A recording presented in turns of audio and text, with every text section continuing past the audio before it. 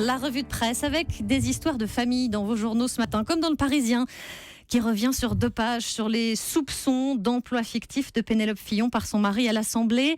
Et dans le camp du candidat de la droite, on s'inquiète, c'est l'horreur, dit l'un.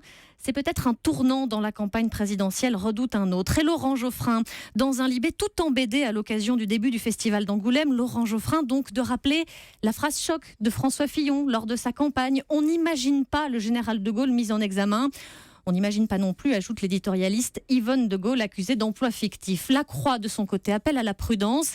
Si les faits ne sont pas à ce stade établis, ils interrogent tout de même sur cette pratique, ces élus qui emploient leurs proches comme assistants. Il y a là, écrit la Croix, un usage très discutable de l'argent des contribuables. Les affaires de famille, on y reste aussi. Dans les pages sport, cette fois, d'aujourd'hui en France, qui rebaptise la demi-finale de hand France-Slovénie en rendez-vous des parrains.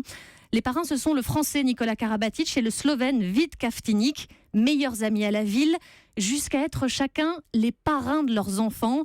Les 2 hommes seront rivaux ce soir sur le terrain. Pendant 60 minutes, explique-t-il, on va tout oublier, on redeviendra potes après. Une histoire de famille aussi dans l'équipe ce matin, avec un tonton à l'OM, c'est le titre à la une. Tonton Pat, c'est le surnom de Patrice Evra, qui rejoint Marseille pour 18 mois, 5 fois finaliste de la Ligue des Champions à 35 ans.